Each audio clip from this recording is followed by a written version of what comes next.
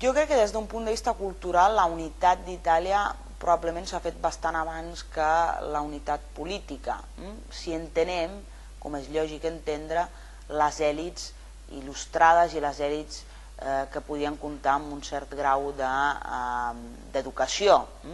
De fet, si ens preguntem qui parlava o qui escrivia italià, hem de tenir present que el grau d'alfabetització és bastant baix encara en aquell moment.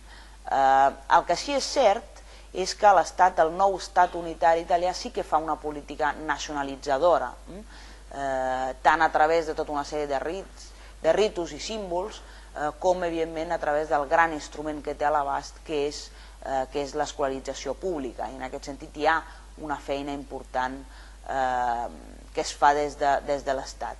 És un procés que acaba funcionant. És bastant difícil de dictaminar. Sempre es diu que la unitat lingüística i cultural italiana les acaba fent la televisió ben entrat al segle XX. El que sí és cert és que hi ha un procés nacionalitzador per part de l'Estat. Hi ha zones en les quals l'Estat és bastant més feble, estic pensant per exemple a les zones del sud, però això jo crec que té a veure amb una qüestió econòmica i social. Els brigants, que són aquestes figures mítiques que s'oposen als piemontesos, ho fan no només per una qüestió cultural o no tant per una qüestió cultural, sinó per una qüestió econòmica i social.